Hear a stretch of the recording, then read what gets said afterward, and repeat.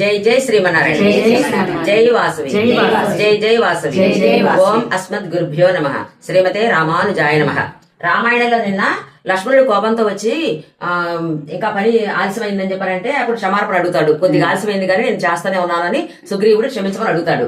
సరే వెళ్దాం రా అంటాడు. అప్పుడు సరే అని చెప్పని వాళ్ళ మంత్రి అయినటువంటి హనుమంతుడిని పిలిచి, హనుమంత మనం కొంతమంది పంపించాం కదా మనుషుల్ని కోతులు తీసుకురమ్మని, వాళ్ళందరినీ నువ్వు కూడా మళ్ళీ వేగవంతమైన వాళ్ళని పంపించి వాళ్ళందరినీ త్వరితంగా వచ్చేటట్టు చూడు. మరి కొంతమంది వెళ్దాంలే అని శ్రద్ధతో ఉంటారు, కొంతమంది వెళ్ళచ్చులే అనుకుంటారు. వాళ్ళని కూడా బలవంతంగా తీసుకొని రండి. ఆ వారం రోజుల్లో మొత్తం అందరూ ఇక్కడ రావాలి. వానరులు ఎక్కడెక్కడ ఉన్న వానరులు మొత్తం ఇక్కడికి రావాలి. కోతులు, కొండముచ్చులు అన్ని కూడా రావాలి. ఎవరైనా రాకపోతే మాత్రం వాళ్ళని మరణదండం విధిస్తానని చెప్పని నా ఆజ్ఞగా చెప్పు అని చెప్పి హనుమంతుడు పురవాంచి హనుమంతుడు వెళ్ళాడు వాళ్ళ పురవాంచడానికి. వెళ్ళిన తర్వాత మనం బంగారు రథం సిద్ధం చేయండి, పల్లకి సిద్ధం చేస్తే వెళ్తామని చెప్పని అంటారు వాళ్ళ మంత్రులతోటి.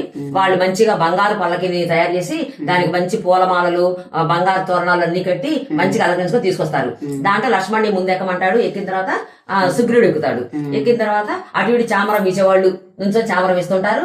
ఇక మరి రాజుగారు అతను సెక్యూరిటీ కావాలి కదా, 100 మంది వానరులు కత్తులు కట్టలు పట్టుకుని వెనకాల వస్తుంటారు. ఇక మాల్యవంతానికి వెళ్తారు రాముడి దగ్గరికి.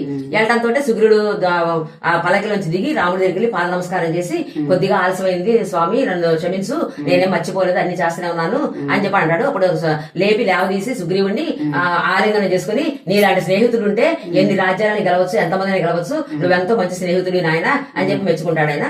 ఇక రాముడి పక్కన కింద కూర్చుంటాడు, సుగ్రీవుడు దగ్గర కూర్చుంటారు. కూర్చున్న తర్వాత ఇక వానరులు, కోతులు, కొండముచ్చులు, ఎలుగుబంట్లు అన్ని తీసుకొని ఒక్కొక్క ప్రాంతం నుంచి ఒక్కొక్కడే చెప్తారు. నేను 1,00,000 మందిని తీసుకొచ్చా, నేను 10 లక్షల మందిని తీసుకొచ్చా, నేను 50 లక్షల మందిని తీసుకొచ్చా, నేను 1 కోటి మందిని తీసుకొచ్చా అని చెప్పని ప్రపంచంలో ఉన్న వానరులు, కొండల మీద ఉన్న, గోడల మీద, చెట్ల మీద ఉన్న వానరులు అందరూ కూడా మొత్తం వచ్చేసారు. మొత్తం వానరులతో వెళ్తారు, నిండిపోయింది ఆ ప్లేస్ అంతా కూడా. కోట్ల సంఖ్యలో వచ్చేసారు వానరులు. అప్పుడు వాళ్ళందరూ చూసి సుగ్రీవుడు అంటాడు, మరి నాయనలారా, మరి రాముడు, లక్ష్మణుడు వీళ్ళు మనకి చాలా కావాల్సిన వాళ్ళు, మనకి ఎంతో ఉపకారం చేశారు, మనం కూడా వీళ్ళకి ప్రత్యుపకారం చేయాలి. కాబట్టి మీరందరూ కూడా నేను చెప్పిన ప్రకారంగా చేద్దురు గాని అప్పుడు వరకు ఈ కొండల మీద, కోనల మీద, చెట్ల మీద మీరు సుఖంగా ఉండండి, నేను మీకు చెప్తాను అని చెప్పంటారు సుగ్రీవుడు. తర్వాత రాముడితోటేమో, రామ వీళ్ళందరూ కూడా చాలా మహానుభావులు, చాలా బలవంతులు, ఒక్కొక్కరికి 100 ఏనుగుల బలం, 10 ఏనుగుల బలం, 50 ఏనుగుల బలం కలవాళ్ళు ఈ వానరులందరూ కూడా.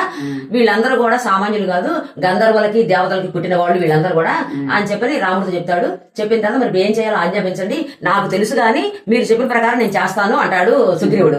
అంటే రాముడు అంటాడు, ముందు మనం యుద్ధానికి వెళ్ళడం కాదు, అసలు సీతమ్మ బతికున్నదా, చంపేశారా, లేదా ఎక్కడైనా దాచిపెట్టించారా, ఎక్కడ దాచిపెట్టారు, ఈ రావణాసుడు ఎక్కడ ఉంటాడు, అతనికి ఎంత బలంగా ఉన్నది, ఇవన్నీ మనం తెలుసుకోవాలి. తెలుసుకున్న తర్వాత మనం యుద్ధానికి వెళ్ళే ప్రయత్నం చేయాలి, ముందే కాదు అని చెప్పంటాడు. సర్లే చెప్పని వీళ్ళ వానరులందరినీ పిలిచి సుగ్రీవుడు వాళ్ళతో చెప్తారనమాట. ఒక్కో దిక్కు ఒక్కడు, తూర్పు దిక్కుకి 100 మంది, పడమ దిక్కుకి, ఉత్తర దిక్కుకి, దక్షిణ దిక్కుకి 4 దిక్కులకి 4 వానరుల్ని పనిచేసారమంటాడు. వాళ్ళకి ఒక నాయకుడు, ఆ నాయకుడితో ఇప్పుడు తూర్పు దిక్కుకి వెళ్లేవాళ్ళు అనుకో అంత రూట్ మ్యాప్ ఇచ్చేస్తాడు. రూట్ మ్యాప్ లో కూడా మనకి అదంతా వివరాలు రావు. ఆయన చెబుతాడు ఎక్కడ సముద్రం ఉంటుందో, ఎన్ని యోజనాల సముద్రం ఉంటుందో, అది మీరు ఎట్లా దాటాలి, అక్కడ ఎక్కడ చెట్లు ఉంటాయి, ఎక్కడ పళ్ళు ఉంటాయి, ఎక్కడ ఊబిలు ఉంటాయి, ఎక్కడ సముద్రాలు ఉంటాయి, ఎక్కడ కొండలు ఉంటాయి, ఎక్కడ చెట్ల పళ్ళు తినకూడదు, విషపూరిత పళ్ళు ఉంటాయో అక్కడ తినకూడదు, ఎక్కడ ఋషులు ఉంటారు, ఎక్కడ ఏముంటాయి, మొత్తం డీటెయిల్స్ అన్ని చెప్తాడు. తూర్పు వెళ్లే వాళ్ళకి, పడమర వెళ్లే వాళ్ళకి, ఉత్తరం దక్షిణం వెళ్లే వాళ్ళకి అందరికి కూడా అన్ని డీటెయిల్స్ చెప్తాడు. అన్ని చెప్పిన తర్వాత ఇక మీరందరూ వెళ్ళండి, ఒక 2 రోజుల లోపల మళ్ళీ ఇవన్నీ చూసుకొని మళ్ళీ నా దగ్గరికి రావాలి, ఎక్కడ కూడా బతకం చేయొద్దు అని చెప్పి వానరులందరూ పంపించేటప్పుడు ఇక హనుమంతుడు సపరేట్ గా మళ్ళీ పిలిచి రాముడితోటి, ఈయన వాలిపుత్రుడు హనుమంతుడు, ఈయన వాలికి ఈయన వాయుపుత్రుడు హనుమంతుడు. వాయువుకి ఎంత బలమైతే ఉన్నదో, ఎంత వేగంగా అయితే వెళ్ళగలడో ఈయన కూడా అంత వేగంగా వెళ్ళగలడు, చాలా సమర్థుడు అని చెప్పని రాముడితో చెప్పి, హనుమంత నువ్వు దక్షిణ దిక్కుగా వెళ్తున్నావు, అప్పుడు మనం రావణాసురుడు దక్షిణ దిక్కు వెళ్ళడం మనం చూసాము, కాబట్టి అతను అక్కడే ఉంటాడు, కాబట్టి నువ్వు చాలా అప్రమత్తంగా ఉండి నువ్వు కార్య సాధన చేసుకొని రావాలి, నువ్వే చేసుకొస్తావని నాకు నమ్మకం ఉంది, నువ్వు అంతా వెతికి 100 యోజనాల సముద్రాన్ని కూడా దాటి నువ్వు కార్యసిద్ధి చేసుకొని రా, చాలా జాగ్రత్తగా ఉండి చేసుకొని రావాలని చెప్పని చెప్తాడు హనుమంతుడితో. అప్పుడు రాముడికి అర్థమైంది, ఈ హనుమంతుడే చేస్తాడు, కార్యసిద్ధి చేయగలవాడు అని చెప్పి అర్థమయ్యి ఆయన ఏలుకున్న ఉంగరం రామ అనేది రాసి ఉంటది ఆ ఉంగరం మీద, ఆ ఉంగరాన్ని తీసి ఇగో నువ్వు సీతమ్మ దగ్గరికి వెళ్ళిన తర్వాత నిన్ను గుర్తుపట్టాలంటే ఈ ఉంగరం గుర్తుగా చూపించు, నువ్వు కార్యసాధన చేయగలవు అని నాకు కూడా నమ్మకం కుదిరింది అని చెప్పి హనుమంతుడికి ఆ ఉంగరం ఇస్తాడు. హనుమంతుడు ఆ ఉంగరం తీసుకుని రాముడికి పాద నమస్కారం చేసి ఉంగరం ఎత్తి పెట్టుకుని లేస్తాడు. రాముడు దీవిస్తాడు, నువ్వు కార్యసాధన చేస్తావు, నువ్వు చేయగలవు, వెళ్ళిరా అని చెప్పి దీవిస్తాడు. ఇక వెళ్తారు అందరు 4 దిగులకి. ఎవరిని ఎవరు వెళ్ళమన్నారో అటు అందరు బాగున్నారు వెళ్ళిపోతారు. వెళ్ళిపోయిన తర్వాత వాళ్ళందరూ పగలల్లా అన్ని తిరగటం, సుగ్రీవుడు చెప్పిన ప్రకారంగా ఆ రూట్ మ్యాప్ ప్రకారం వెళ్ళడం, అవన్నీ చూడటం, రేట్లు అందరూ ఒకేసారి వచ్చి పండుకోవడం, మళ్ళీ పొద్దున్న లేచి తిరగడం. అట్లా 4 రోజులు తిరిగారు. తూర్పు వైపు వెళ్ళినోళ్ళు, పడమర వైపు వెళ్ళినోళ్ళు, ఉత్తరం వైపు వెళ్ళినోళ్ళు, 3 వైపులు వెళ్ళినోళ్ళు వచ్చారు.